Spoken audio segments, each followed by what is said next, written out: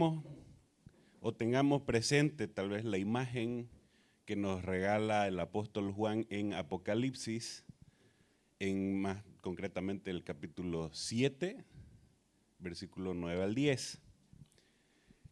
¿Qué sucede ahí? Juan está teniendo una visión extraordinaria de algo que va a suceder o que está sucediendo muy probablemente hoy día. En esta imagen ya no se contempla solamente a Israel o a los hijos de Israel, porque el mismo Jesús le había dicho a los fariseos: ustedes son hijos de Israel, les digo que Dios puede levantar hijos a Israel de estas piedras. Entonces, esto es de gran significancia. Entonces, estamos hablando de una gran multitud, la cual nadie podía contar, de todas las naciones, tribus, pueblos y lenguas. Todos ellos estaban delante del trono y delante del Cordero. Entonces no hay distinción de etnias, no hay distinción de culturas o de razas. Todos proclaman a una sola voz: la salvación pertenece a nuestro Dios, que está sentado en el trono, y al Cordero. Esa escena no surgió de manera repentina al final de la Biblia y no fue puesta ahí por Juan solo porque sí, sino que esto llevaba siglos gestándose, siglos de revelación de que algún día esto habría de pasar. A lo largo del Antiguo Testamento, nos fue dejando destellos de que la salvación al final y al cabo no sería solamente para los hijos de Israel. Uno de estos destellos está hoy en Éxodo 18. Allí encontramos a un sacerdote madianita que escucha de las obras de Dios, luego reconoce que Jehová es superior a todos los dioses que él podría haber conocido. Honestamente no sé qué Dios podría haber adorado a este hombre, pero reconoce que no hay ninguno como el Señor. Entonces termina adorando al Señor junto al pueblo del pacto, al pueblo de Dios. Aún todavía no se había establecido el pacto, pero ya había un gran hint de que esto iba a pasar. Ya había algo que nos decía de que esto iba a pasar, porque los había sacado de Egipto, y no con pocas señales, sino algo bastante estruendoso, ¿no? Entonces, Apocalipsis 7, vemos una multitud donde las naciones adorarán al mismo Dios por la salvación que Él ha realizado, de la misma forma en que lo hizo hoy Jetro, o bueno, veremos hoy qué hizo Jetro. Ahora, ¿qué sucede en Éxodo 18? ¿Qué está pasando más concretamente? Esta sección es conocida como una bisagra. Cuando decimos bisagra es algo que hace que gire, ¿no es cierto? Entonces, este pasaje es conocido por este nombre porque es un pasaje de transición. Está culminando una sección y está empezando otra nueva. Esto está por todo Génesis, por todo Éxodo. Nos vamos a cansar de ver bisagras por todas partes. Entonces, está cerrando una etapa, abriendo otra nueva. Y hasta este momento hemos visto cómo Dios va revelando su gloria mediante la liberación de Israel. Dios escuchó el clamor de su pueblo, Dios derrotó a Faraón, abrió el mar Rojo, sustentó a Israel en el desierto y lo protegió de sus enemigos hasta este momento. Pero a partir de Éxodo 19, el énfasis va a cambiar. Dios ya no solo rescatará a su pueblo, sino que establecerá formalmente una relación con él. Les va a decir: oye Israel, yo te he salvado, por lo tanto me serás nación de sacerdotes para el mundo. Entonces, a partir o luego de este capítulo veremos de que Dios les deja su pacto en el monte Sinaí al pueblo de Israel. Sin embargo, antes de llegar a Sinaí mismo, el Espíritu Santo coloca este episodio, que a primera vista parece una simple reunión familiar, ¿no es cierto? Es decir, Moisés se fue, dijo a su suegro, suegro, voy a ir a liberar a Israel, no va a ser fácil, por favor, cuida de mi esposa y de mis hijos. Pero es algo más profundo que simplemente una reunión familiar. Antes de que Dios forme a Israel oficialmente como su pueblo de pacto, nos regala una imagen anticipada del propósito de ese pacto, que las naciones conozcan quién es Dios, que conozcan a este Dios y que reconozcan que Él salva y por lo tanto las naciones le brinden adoración al Señor. Tal como Dios había dicho a Abraham que las naciones habrían de ser bendecidas por Él, las naciones de la tierra habrían de ser benditas en la simiente de Abraham. Acompáñenme en una corta oración. Señor, te damos gracias nuevamente, porque en todo damos gracias, en tribulaciones como también en momentos de gozo. Te damos gracias, Padre, porque todo viene de tu mano, todo ha sido propiciado por tu soberana voluntad. Y estamos hoy ante ti para pedirte que por favor nos guíes en el estudio de tu palabra, que nos guíes a llenarnos más y más de admiración y adoración hacia ti, Señor. Ayúdanos porque nuestra carne es débil y porque te necesitamos en cada momento de nuestra vida, en cada respiro. Padre, ayúdanos a ver cómo se manifiesta la gloria de tu nombre. En nombre de Jesús. Amén. Me gustaría volver a leer Éxodo 18, en caso de que alguien se lo haya perdido. Dice: entonces Jetro, sacerdote de Madián, suegro de Moisés, oyó todas las cosas que Dios había hecho con Moisés y con Israel, su pueblo, y cómo Jehová había sacado a Israel de Egipto.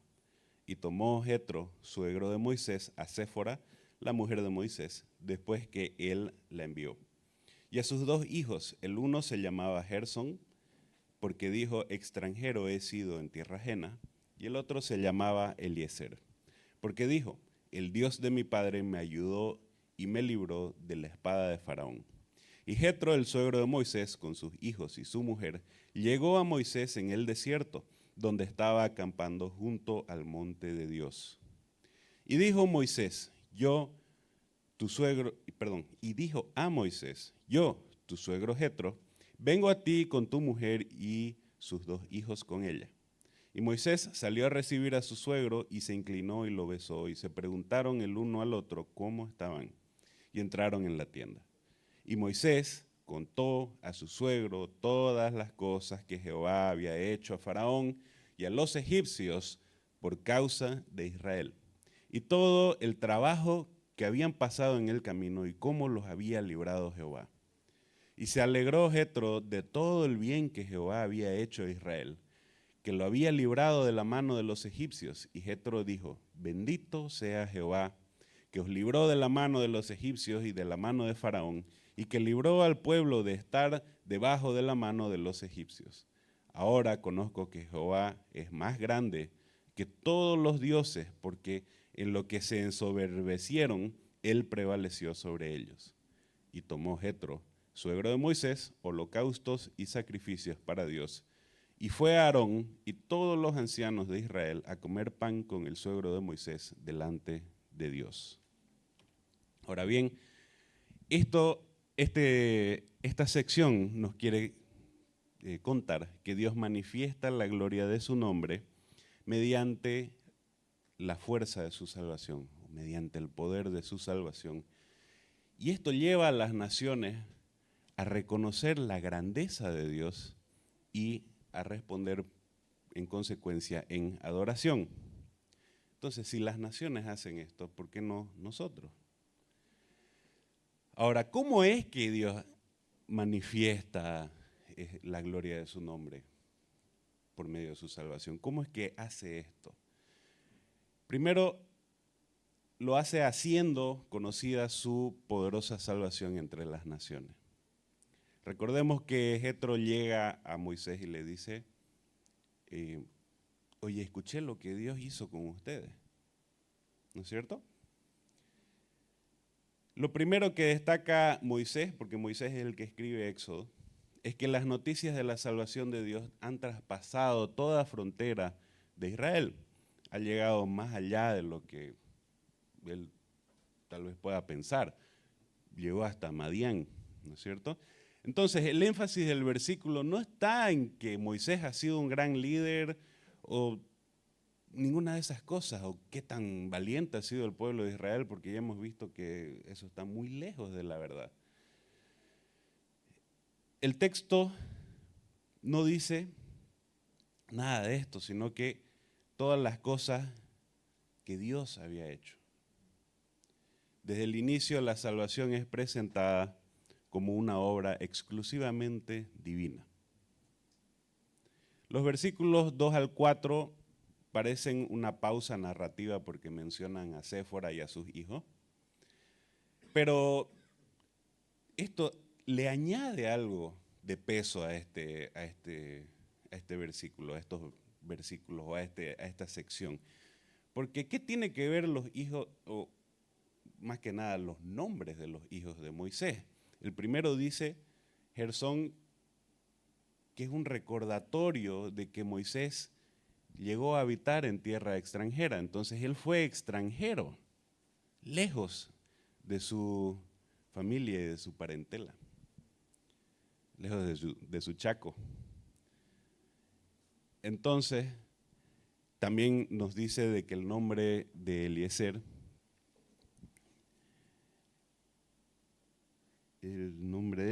porque dijo, el Dios de mi padre me ayudó y me libró de la espada de Faraón.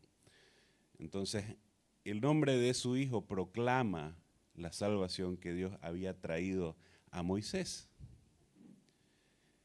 Entonces, esta historia personal de Moisés está marcada, sellada. En todas partes se ve la gracia salvadora del Señor. En los versículos 5 al 7, entonces Jetro emprende el viaje hasta Moisés, hasta el campamento de Israel.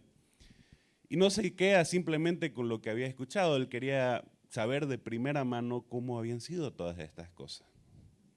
Conocer más de este Dios que es capaz de partir el mar en dos, que es capaz de hacer columnas de fuego en la noche, que es capaz de perseguir a su pueblo, o mejor dicho, guiar a su pueblo con una nube que les brindaba resguardo del sol. Todo esto va construyendo hacia lo que es el versículo 8 que pronto veremos. Entonces, el mensaje es claro. La poderosa salvación de Dios comienza a ser conocida más allá del pueblo de Israel. Ahora, en Apocalipsis 7, voy a ir mucho ahí porque hallo que es una perfecta ilustración de lo que está sucediendo aquí. Nos muestra el destino final de toda esta historia. Nos muestra cómo va a acabar todo. Ya no se trata de un simple hombre, como ya habíamos dicho, se trata de naciones, de culturas y de etnias enteras. Juan contempla delante de sí una multitud imposible de contar. En Éxodo 18 todavía no vemos esa multitud, solo vemos un hombre, un gentil, un sacerdote de Madián. Pero ese hombre representa el primer destello de algo muchísimo mayor, de un plan que tal vez Moisés no se podía ni siquiera vislumbrar cómo iba a ejercerse. Es como ver la primera luz al amanecer, cuando teníamos las oraciones a las 5:30. Yo no lo veía, pero sí veía en el edificio al frente mío, como porque mi casa da a donde se pone el sol. Pero estamos viendo esto, estamos viendo los primeros destellos de la salvación de Dios hacia las naciones. Entonces, Muchas veces reducimos la salvación a únicamente lo que Dios ha hecho conmigo. ¿Qué Dios ha hecho conmigo? Antes era así, ahora soy así. Pero lo cierto es que la salvación de Dios queda muy chica si simplemente lo vemos así. Como si simplemente lo vemos como algo personal o como algo opcional, como algo, ¿sabes qué? Si querés, eh, tenés que conocer a Cristo, si querés nomás. No, la gente tiene que conocerlo. Y la salvación en nosotros tiene un propósito mucho mayor, que es que la gente pueda reconocer la gloria del Señor. Cuando Dios salvó a Israel, no solamente estaba rescatando a un pueblo, sino que Él estaba revelando quién es Él. No estaba revelando lo que es capaz de hacer, sino que estaba revelando su poder, quién es Él. Cosas que nadie puede explicar cómo las hacía. Y ¿saben qué? Lo mismo ocurre en el Evangelio. Dios no nos salvó únicamente para llevarnos al cielo, quitarnos nuestros problemas o tal vez hacer nuestra vida en esta tierra más ligera. Nos salvó para que su gloria fuera proclamada. Esto desafía a la iglesia a preguntarse, ¿estamos viviendo de una manera visible la grandeza de Dios? ¿Nuestras conversaciones anuncian las obras del Señor o son nuestras experiencias personales? Entendemos que la iglesia existe para participar en el propósito de Dios de dar a conocer su nombre entre las naciones. Cada creyente es llamado a vivir sabiendo que forma parte de esa historia que comenzó a vislumbrarse en Jetro y que culminará cuando se manifieste esa multitud como la que hay en Apocalipsis 7. Esa multitud que adora únicamente al Cordero del Señor y reconoce que la salvación solamente viene de Él. Pero las noticias por sí mismas no bastan, porque podemos tener toda la información del mundo. Podemos saber de crin a cola lo que dice la Escritura. Pero Jetro había oído de todas estas obras, pero aún necesita escuchar el testimonio completo. Por eso el centro del relato llega cuando Moisés habla con Jetro y proclama todo lo que Jehová había hecho. Moisés le contó a su suegro todo lo que habían vivido de Éxodo 1 al 17. Allí veremos que Dios no solo hace conocida su salvación, sino que también la da a conocer por medio del testimonio fiel de su pueblo. Entonces, vuelvo a preguntar, ¿cómo es que Dios manifiesta su gloria? ¿Cómo es que Dios hace conocida su gloria por medio de la fuerza de su salvación? Lo hace proclamando su poderosa salvación por medio del testimonio de su pueblo. El versículo 8 dice, y Moisés contó a su suegro todas las cosas que Jehová había hecho a Faraón y a los egipcios por causa de Israel, y todo el trabajo que habían pasado en el camino, y cómo los había librado Jehová. Si en el primer punto vimos que las noticias de salvación llegan hasta todas las naciones, ahora vemos cómo esas noticias son interpretadas correctamente. Jetro había oído algo, ya lo dejamos claro, establecido, pero ahora escucha el relato completo de labios de quien vivió esto. Es muy diferente escuchar el chisme que escuchar el testimonio de la persona que vivió el chisme, digamos. Hay diferencia entre conocer que algo sucedió a saber o comprender que Dios hizo lo que hizo y por qué lo hizo. El versículo 8 resume entonces todo lo que ha sucedido en Éxodo hasta el momento. Por eso es que nuevamente es un capítulo bisagra, es un capítulo que da vuelta a la página o que establece una nueva sección. Entonces, ¿qué es lo que sucede aquí? ¿Qué es lo que Moisés le dice más concretamente a Jetro? Que Jehová derrotó a Faraón y a Egipto. Entonces, porque les contó todas las cosas que Dios hizo a Faraón y a Egipto, dice el mismo texto. Entonces, Moisés no presenta una historia de héroes humanos, no presenta de su liderazgo, porque recordemos que Moisés ni siquiera podía hablar ante Faraón. Le decía, Señor, soy tonto de lengua, y ya tranquilo, va a ir tu hermano con vos. Él va a hablar por vos. Vos vas a ser para Faraón como Dios y Aarón tu profeta. No destaca el valor del pueblo, porque el pueblo salió, ni bien salió de Egipto, ay Señor Moisés, necesitamos las cebollas de allá, de Egipto.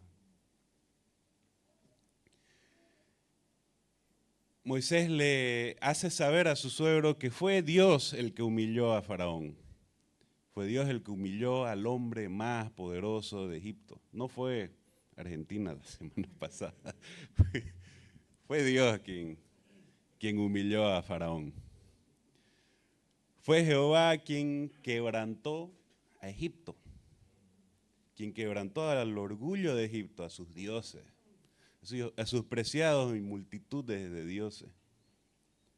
Por eso yo me río a veces cuando alguien me dice, yo nací tal fecha, soy Capricornio.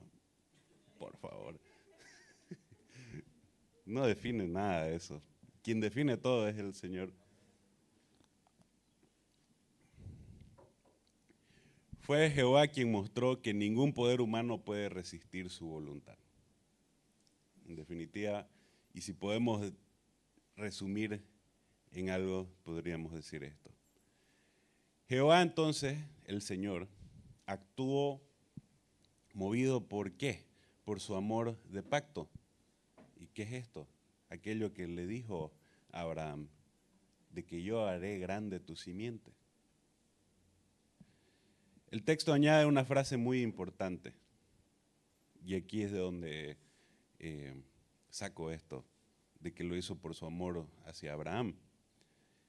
Dice, por amor a Israel, por causa de Israel, dice esta versión. Pero muy fácilmente podríamos decir de que Dios hizo lo que hizo por amor a Israel,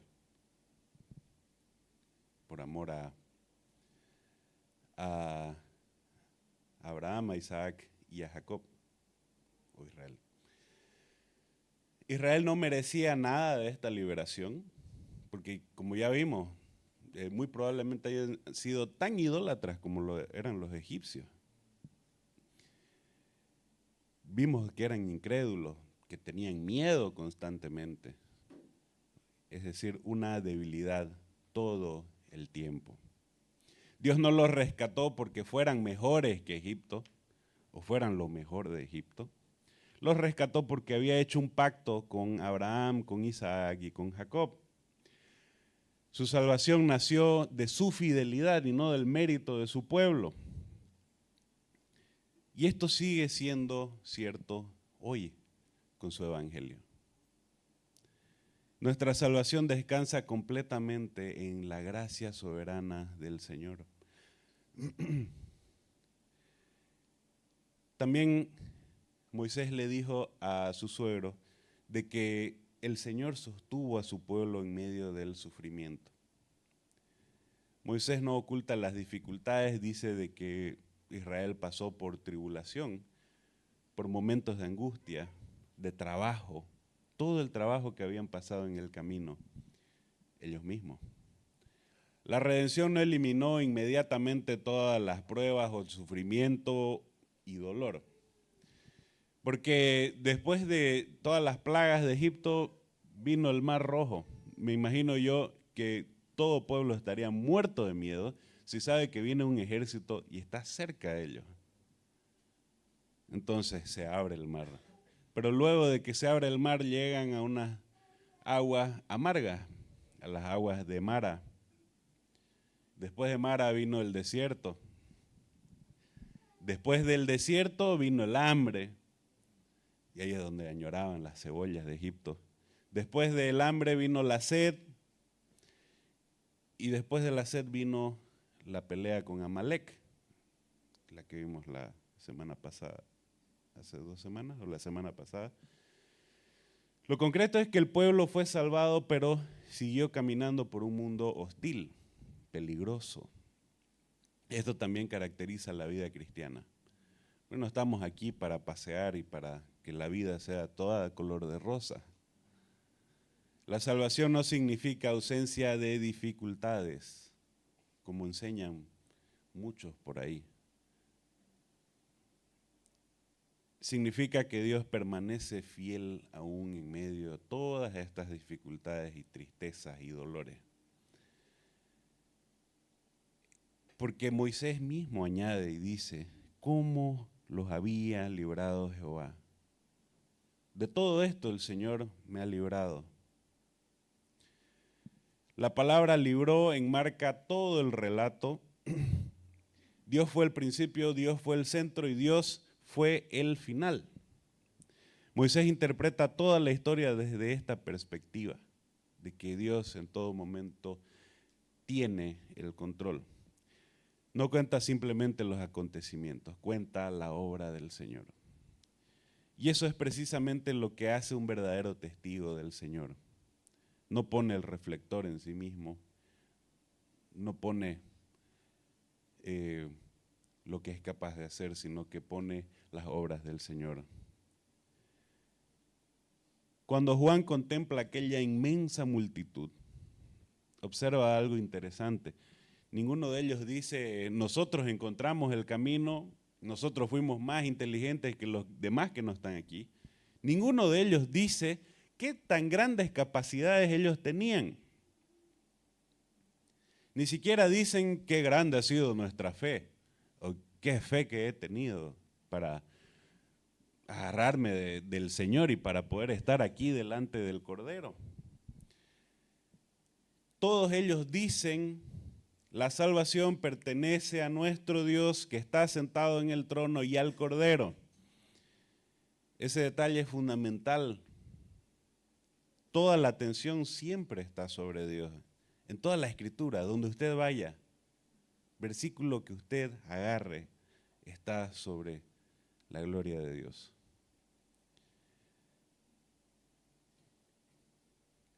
Moisés pudo haber contado a su suegro sobre sus experiencias personales o cómo fue que él se enfrentó a Faraón o todo lo que él hizo, cómo extendió él su vara sobre el mar o cómo el ejército de Amalek perdía cada vez que él mantenía los brazos levantados, tal vez omitiendo un poco que le ayudaron, ¿no?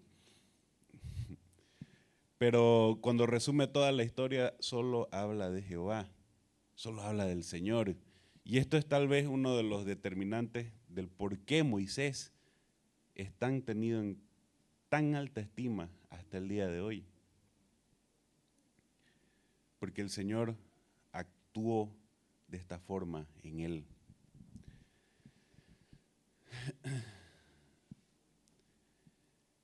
Hoy vivimos en una época donde incluso el testimonio del cristiano puede girar alrededor de él mismo.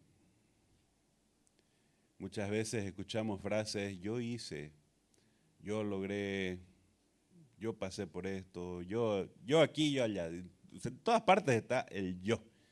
Y obviamente tratan de ver lo que Dios ha hecho, pero nunca nos cansamos de mencionar lo que nosotros hacemos.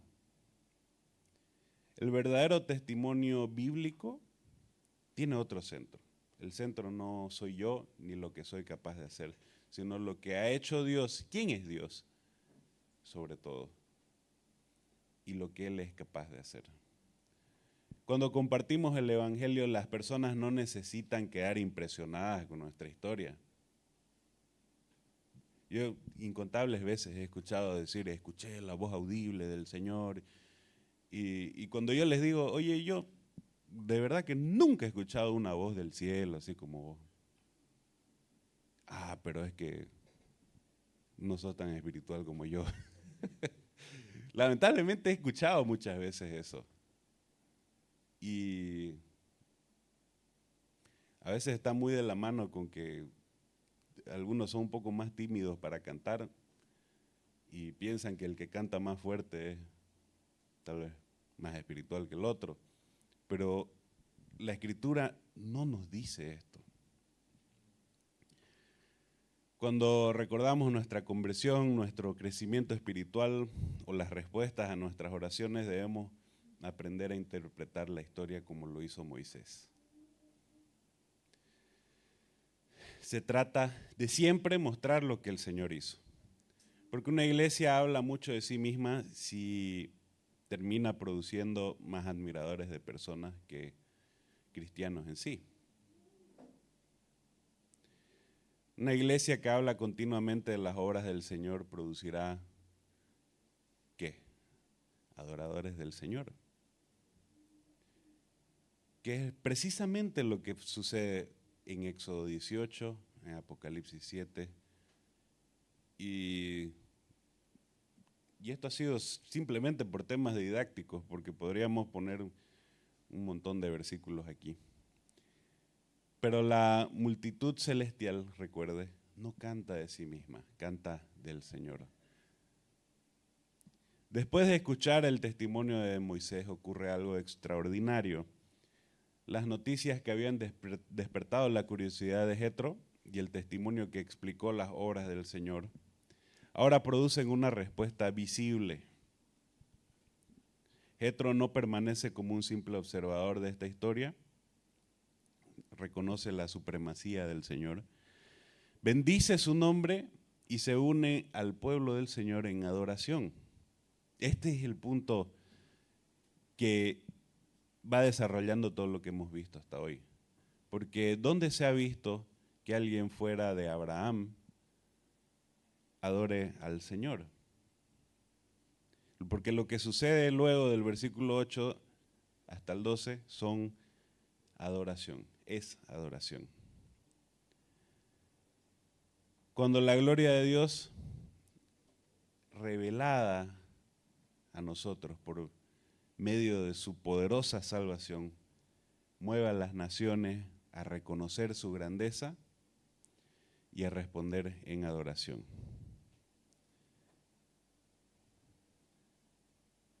Hasta aquí hemos visto que Dios hizo conocer su salvación y que Moisés proclamó fielmente las obras del Señor. Ahora contemplamos el fruto de esa revelación. Jetro ya no es simplemente un hombre informado, ahora es un hombre que responde a esta información.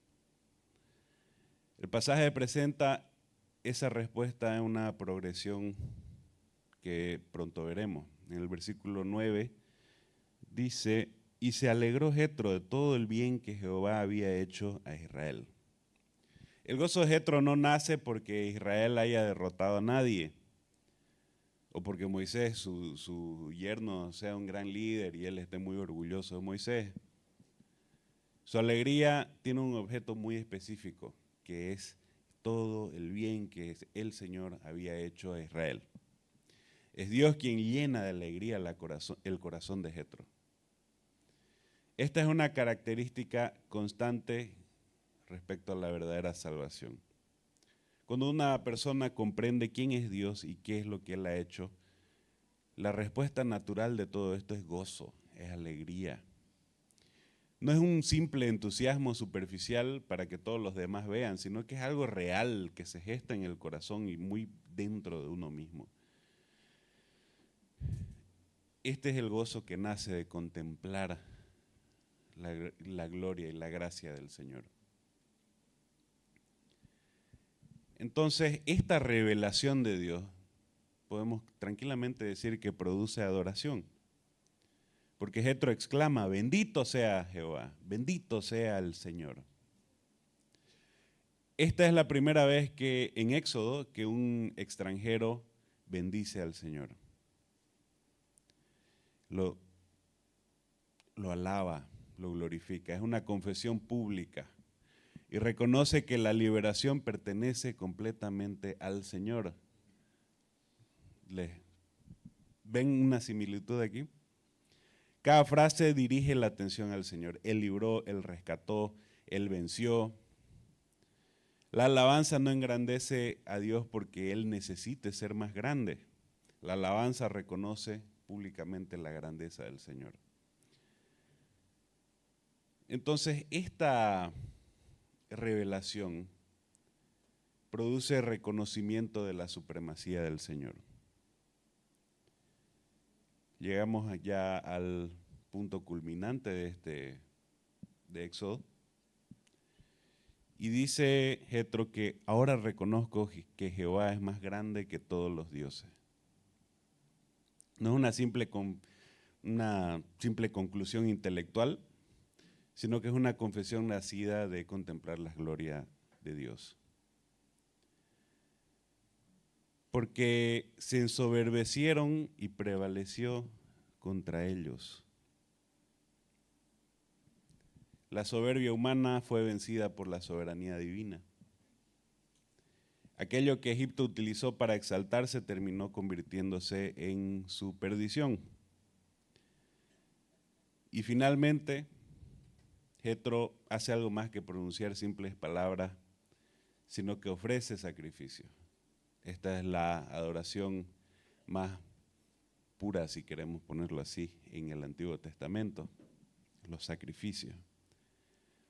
Comparte mesa con los hijos de Israel, comparte mesa con Aarón y los ancianos de Israel.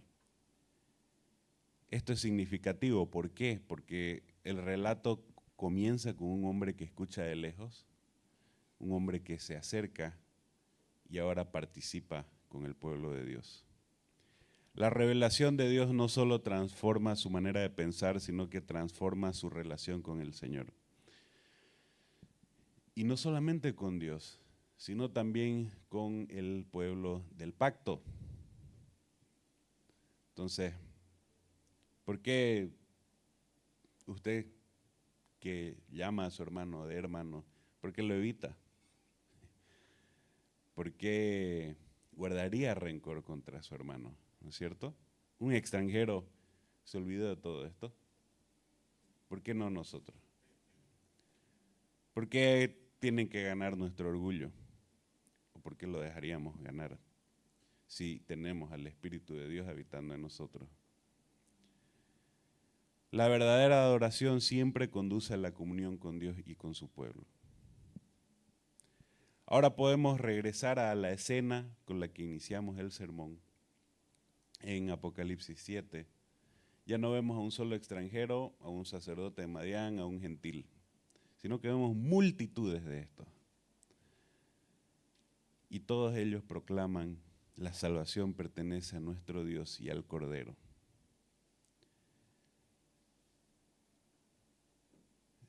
Reconozca el paralelismo. En Éxodo 18, este gentil reconoce al Señor, reconoce su grandeza y bendice su nombre. En Apocalipsis 7, las naciones redimidas hacen exactamente lo mismo. Este pasaje nos invita a examinar nuestra propia adoración. Es posible conocer muchas verdades respecto a Dios y sin embargo nunca responder como lo hizo Jetro. Yo puedo citarle a todos los teólogos habidos y por haber y nunca contestar como lo hizo Jetro. Tal vez conocemos las verdades a lo lejos y a la distancia podríamos estudiar doctrina para tener una perfecta fe de demonios que reconocen que el Señor es Dios, que reconocen que el Señor es poderoso y aún temblar ante estas verdades y tenerlas por despreciables, tenerlas por poca cosa. Y eso empieza cuando tiene por poca cosa a su hermano. Este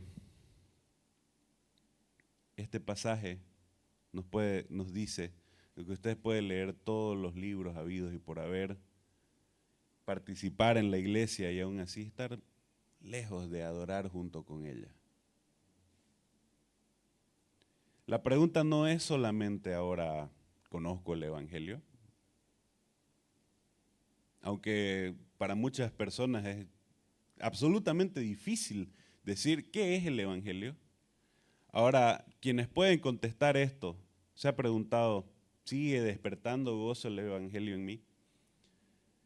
¿Sigue llevándonos a la alabanza, a la adoración en mi corazón? Además, este pasaje también corrige una visión demasiado reducida de la misión de la iglesia. Nuestro objetivo no es simplemente aumentar el número de asistentes aquí, sino que es llevar la adoración del Señor donde no está siendo adorado. Participamos en el propósito eterno de Dios, que personas de toda nación, de toda lengua y de toda raza reconozcan la supremacía de Cristo. Y no solamente esto, sino que le rindan adoración. Cada vez que anunciamos el Evangelio participamos en esa obra que comenzó a tener sus primeros destellos, o de sus primeros destellos en Jetro, y que un día alcanzará la plenitud cuando la iglesia redimida esté delante del Cordero y delante de su trono. Para concluir, al principio del sermón fuimos al final de la historia. Juan vio una multitud imposible de contar, formada por hombres, mujeres, de todas partes. Todos estaban delante del trono del Cordero proclamando su gran salvación. Ahora, después de recorrer Éxodo 18, podemos comprender mejor cómo Dios fue revelando ese propósito mucho antes. Cuando Jetro llegó al campamento de Israel, probablemente nadie imaginaba la trascendencia de aquel encuentro. Simplemente, tal vez muchos de nosotros al leer esto pensamos de que Jetro simplemente estaba llevando a la familia de Moisés con Moisés, ¿no es cierto? Sin embargo, Dios estaba escribiendo algo mucho más grande. Un sacerdote madianita, gentil, que no conocía al Señor, ahora lo conoce, lo ha visto de cerca. Y no solamente eso, sino que adora junto con su pueblo. Aquella escena era pequeña, pero anunciaba esa realidad inmensa de que la salvación pertenece al Señor. El propósito de Dios nunca fue limitar su gloria a una sola nación. Es por eso que Jesús se cansa de decirle a los fariseos que Dios es capaz de levantarles hijos a Abraham de las piedras. Incluso les recuerda, ustedes son hijos de Abraham, no, ustedes son hijos de su padre el diablo. A estos que tenían la sangre azul, al parecer ellos pensaban que su sangre valía un poco más que la de los demás. Entonces el Señor les recuerda de que no se trata de eso.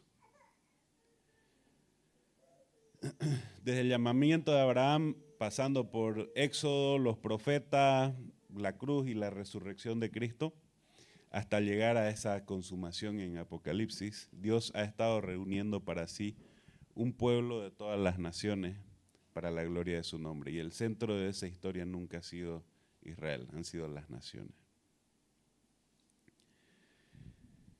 La Biblia nos invita a levantar la mirada.